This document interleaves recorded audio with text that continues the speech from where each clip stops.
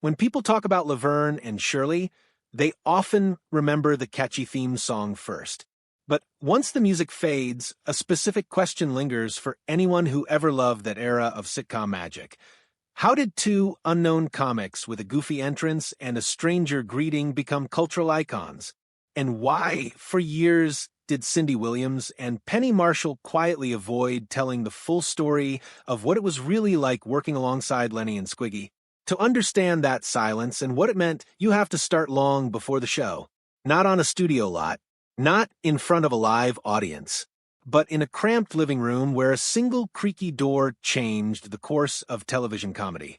It began as a small gathering in the mid-1970s. Someone was hosting Friends, and two men, Michael McKean and David Lander, arrived with an idea. They weren't planning to perform anything special. Yet, as the evening unfolded, it became clear that something was unfolding organically, something raw and delightful. Two characters emerging right in front of everyone's eyes. The moment Lander cracked the door open and delivered that peculiar, drawn-out hello, the room transformed. People leaned in. A burst of laughter shot across the space, the kind of laughter that doesn't come from a joke, but from a presence. McKean, standing just behind him with slick-back hair and a frozen, almost bewildered expression, completed the picture.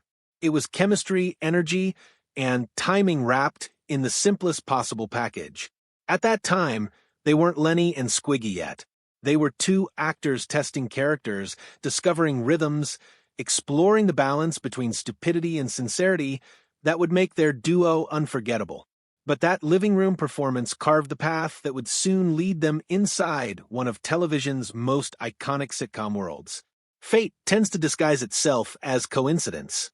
In this case, coincidence came in the form of Penny Marshall, who happened to be at that gathering. Penny saw something in those two characters, something raw enough to mold but sharp enough to shine. She wasn't just amused, she was impressed in a way that stuck with her. Later, when she found out McKean and Lander were in the same acting class, she thought of that night. And once filming for Laverne and Shirley began, she remembered that creaky living room door and the reaction it produced. Something clicked. She approached them, not to offer them roles yet, but to describe a situation. The show was being built around a very specific comedic energy, two independent women navigating life with grit, awkward charm, and plenty of mishaps. But Penny knew the world needed disruption, chaos, a counterforce. And those characters she saw in that living room, they were pure, unfiltered chaos. She invited McKean and Lander to the set, not with a script, not with a contract, but with possibility. When the producers first considered introducing Lander's character, the original name was Anthony. It wasn't wrong, but it wasn't right either. It didn't sound like the character. It didn't match the sloped shoulders, the oddly proud pout, or the mildly aggressive friendliness that defined him. Lander knew that the comedy didn't stop at the punchline. Comedy begins with the expectation the audience builds the moment a character walks into a room. And so he asked for a change. Inspired by people he grew up with, kids who had unforgettable nicknames and stranger reputations, he suggested a name that stuck in people's throats on the way out. Squiggy. It wasn't graceful, it wasn't subtle, and it was perfect. Names telegraph everything.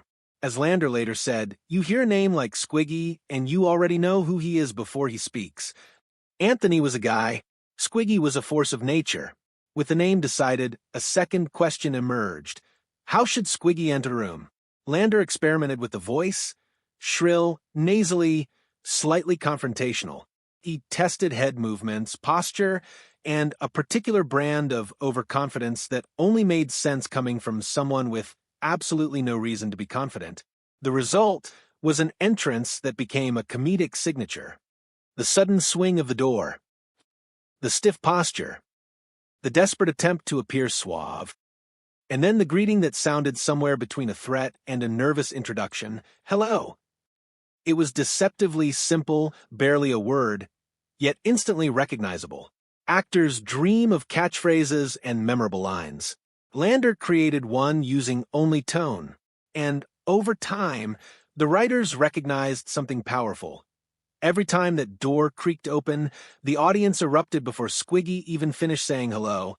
That entrance was comedic currency. Where Squiggy brought chaos, Lenny brought contrast. Michael McKean understood that comedy often relies on what he called the comedy math of opposites.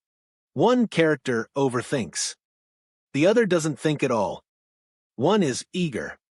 The other is too confident. One is sincere. The other is bizarre. McKean played Lenny as a man whose reality never quite lined up with the real world. He wasn't dumb, just tuned into a different frequency. His slightly vacant, yet hopeful expression matched Squiggy's misplaced swagger. Watching them side by side, you could see a long history, real or imagined, between two men who navigated life together not because they had anything in common, but because they had never quite learned how to exist apart. This contrast made them gold. They weren't just side characters. They were a receiving system for chaos, a sort of gravitational pull that tilted every scene they entered. As Lenny and Squiggy became more prominent, something unexpected happened. Their comedic presence kept tempting the cast to break character. Breaking on a sitcom set, especially one filmed in front of a live audience, isn't just a blooper. It resets momentum. It rattles the crew. And if it happens too often, it makes the actors look unprofessional. Cindy Williams and Penny Marshall quickly discovered that the duo's timing and unexpected delivery created a real challenge. Sometimes it was the unpredictable inflection of Squiggy. Sometimes it was the awkward pause McKean let linger before Lenny delivered a line. And sometimes it was simply the silence before the storm, the moment the door moved and the audience roared with anticipation. Penny and Cindy had to develop strategies. The most common? Avoid eye contact. Look at the wall. Look at the floor. Just don't look at Squiggy.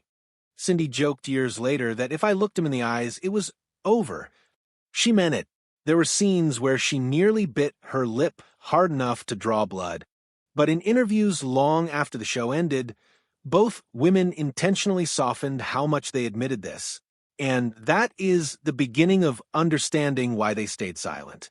This wasn't a scandal. It wasn't tension. It wasn't resentment. What Cindy and Penny didn't explain fully for many years was something simple. They didn't want to diminish the craft behind what looked like chaos. Lenny and Squiggy were funny, wildly funny, but that didn't mean they weren't skilled. Their comedy wasn't uncontrolled. It was calculated. Their entrances weren't random. They were rehearsed. Their ability to almost cause breaks wasn't immaturity. It was mastery. To openly admit how difficult they were to work with, how much discipline it took to hold scenes together, could have made people misinterpret the duo's brilliance as disruption. And Penny, being a director at heart and an actor who respected craft above all, wasn't going to allow that narrative. Cindy felt the same. They protected the show by protecting the truth behind its hardest-working performers. Their silence wasn't avoidance. It was respect. Gary Marshall, the creator and comedic architect behind the show, understood what most viewers didn't. You can't let comedy run wild without structure. He is the one who coined the term comedy math for the cast. According to him, a successful sitcom scene balanced 1. The premise 2. 3. The characters 4. 5. The punchline 6. Too much of any one thing, and the audience feels fatigued. And Gary believed that Lenny and Squiggy were an extra variable. They were a comedy multiplier. If you didn't place them carefully, they'd blow the whole equation apart. This meant crew members had to position cameras in anticipation of instant audience laughter. It meant writers had to structure scenes with a Lenny/Squiggy window in mind. And it meant actors had to mentally prepare for a sudden shift in energy the moment one of them entered the room. It wasn't easy, but it was magic. Despite the strategies, the warnings, the deep breaths before scenes, the cast still found it nearly impossible not to react. A big reason was timing. McKean and Lander were masters of microscopic timing details. The half-second pause before speaking, the glide or stumble into a room, the unexpected ending of a sentence, the bizarre logic of their conversations. Actors describe these tiny decisions as landmines. You rehearse one version, then the duo adjusts it live, just enough to keep it fresh, but not enough to break the structure. Sometimes Squiggy's hello would be higher pitched. Sometimes Lenny's stare would last a beat too long. Sometimes they'd sync their movements like two characters in a cartoon, turning a simple moment into a comedic explosion. That's what made them irresistible. Behind the scenes, the bond between McKean and Lander was the foundation for everything their characters did. They weren't just scene partners, they were lifelong collaborators. They refined their bits for years. At parties, in acting classes, in small performances, in private rehearsals no one else knew about. They developed a telepathic rhythm. McKean once said, "We didn't have to talk. We just had a look." Lander confirmed this, saying that even their mistakes became intentional bits when they trusted each other enough to improvise through moments. That trust made their partnership airtight. David Lander's later years added another chapter to the Lenny and Squiggy story that many fans didn't know.